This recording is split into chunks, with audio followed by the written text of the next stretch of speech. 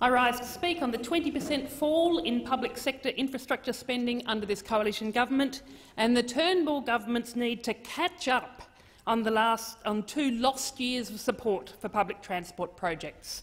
What a frustrating 2 years it has been for commuters in this country. It doesn't matter whether you're in our cities, in our suburbs or in our regions. If you've tried to catch public transport, chances are you've been let down by unreliable, slow and packed services. We need to make up for lost time by focusing on the transport projects that are able to efficiently shift large numbers of people. And let's get one thing straight. This does not mean more roads, which seems to be the fallback solution for the vast majority of transport challenges under this government. Relying on cars in big cities has 2 big problems. They take up lots of space, and this space costs a lot to provide, both roads and parking spaces. The roads that are able to shift the most number of people are freeways and motorways, and they are also the most expensive options, particularly if they involve tunnels. And for retrofitting across our cities, this is what they generally need to do to avoid having to compulsorily acquire and pay for people's houses, or to avoid destroying precious natural spaces that are vital to keeping our cities livable. When you look at comparisons, the cost of a 3-lane freeway and a new 2-track rail line with stations are actually quite similar.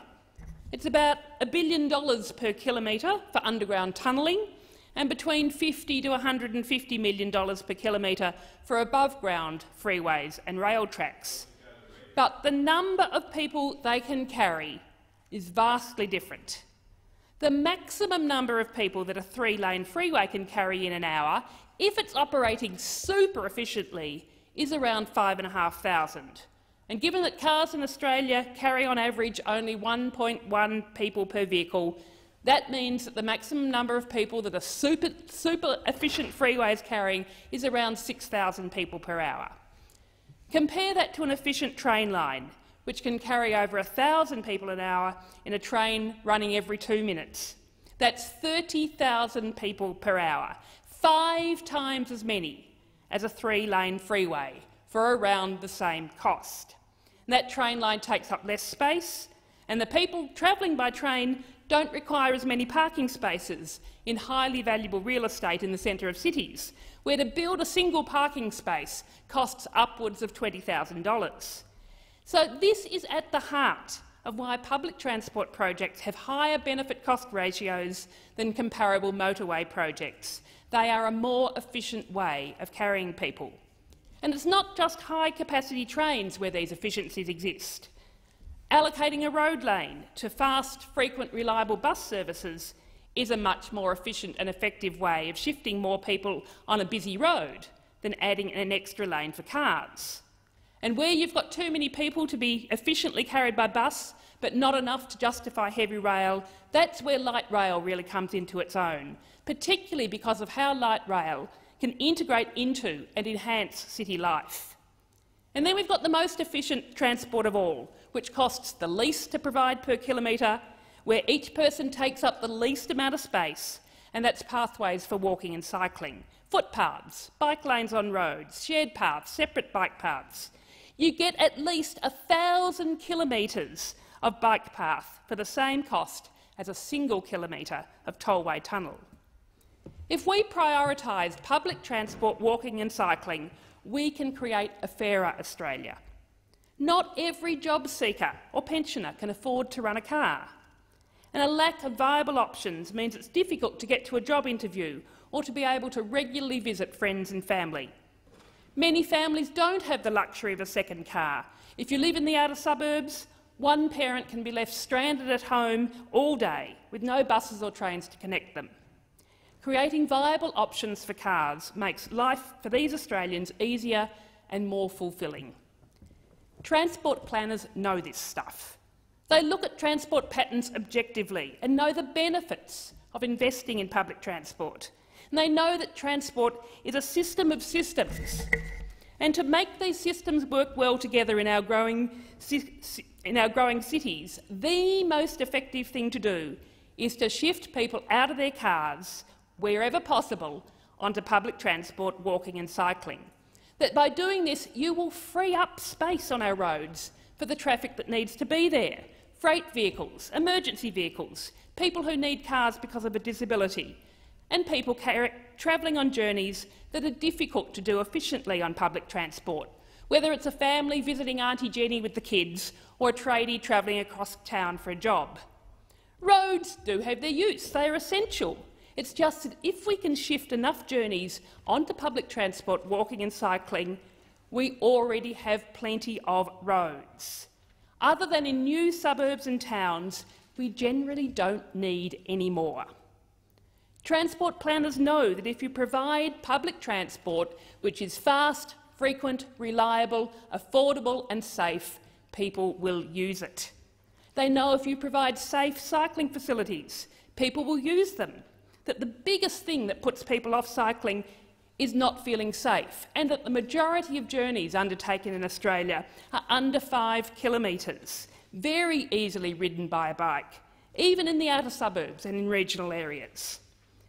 Health experts know the benefits of encouraging people to walk and ride, the huge benefits and contribution that this will make to tackling the obesity and diabetes epidemics that we're in the midst of, the reduction in heart disease, the benefits to people's mental health. And those of us concerned about pollution in our cities and the carbon pollution which causes climate change know the benefits of getting people out of their fossil fuel-powered cars and onto bikes and into public transport powered by renewable energy. These are the benefits that this government is currently refusing to acknowledge. But something's got to give. Under this government, we've heard a lot of talk about infrastructure.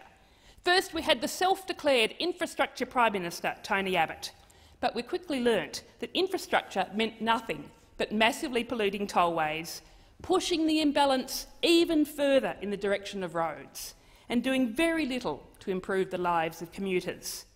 And although Mr Abbott was partial to a bit of lycra, again and again the government rejected calls to fund anything that would encourage people to get on their bike.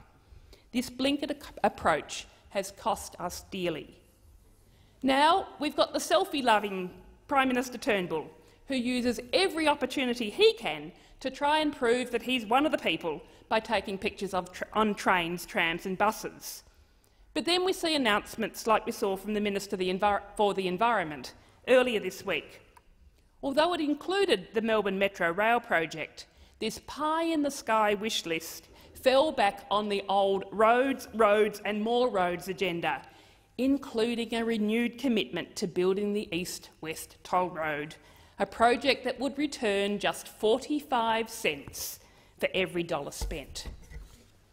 The former Prime Minister, Tony Abbott, described last year's Victorian state election as a referendum on the East-West link, and the result was resounding. Victorians rejected the project and the ideology it stood for, sending a message to us in this place that we need the kind of congestion-busting infrastructure that you can only get by giving people viable alternatives to driving.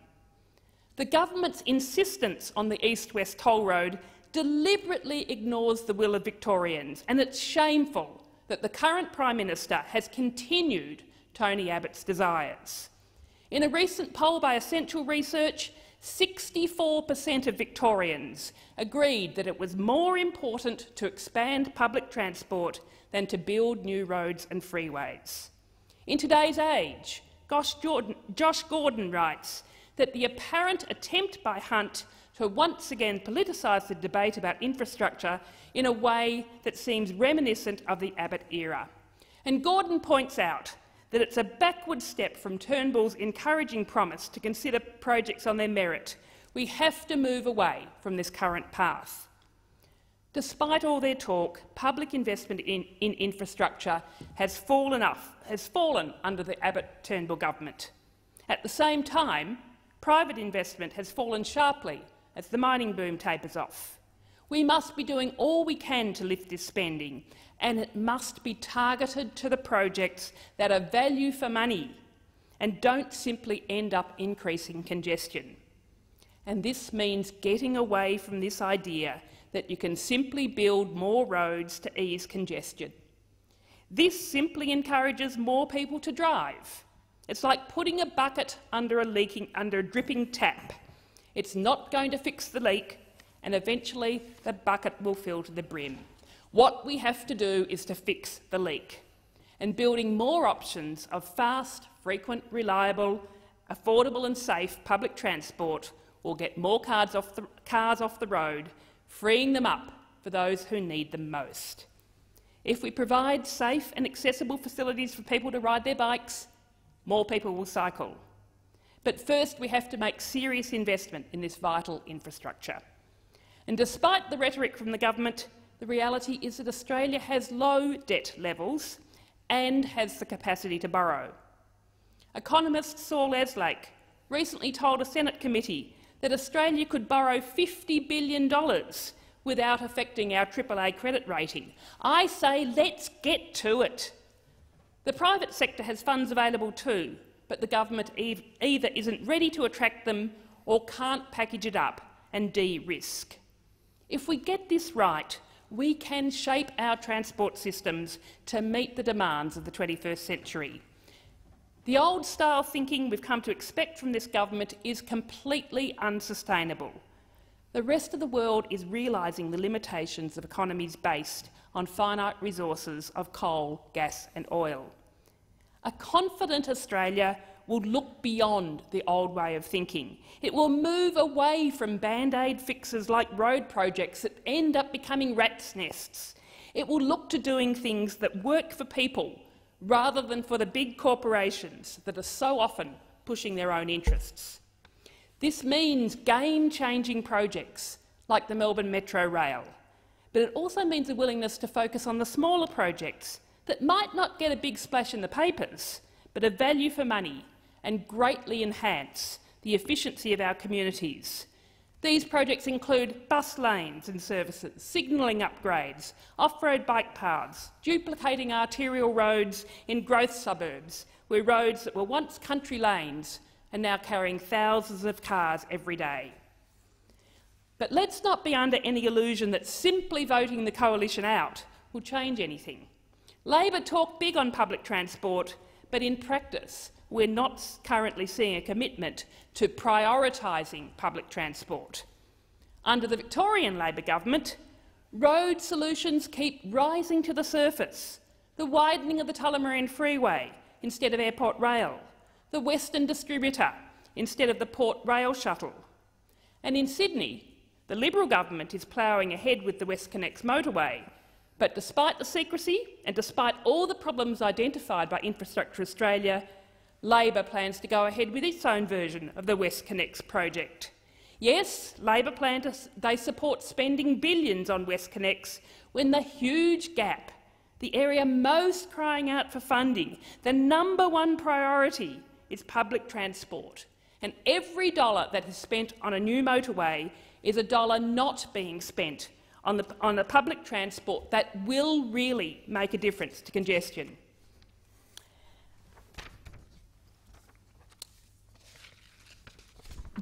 Under both governments, the roads always seem to come first, and the public transport gets delivered decades after it's needed, if ever. Roads are easy to build and cut ribbons for. Public transport requires long-range foresight. It requires commitment and priority. This is the vision that the Greens are committed to.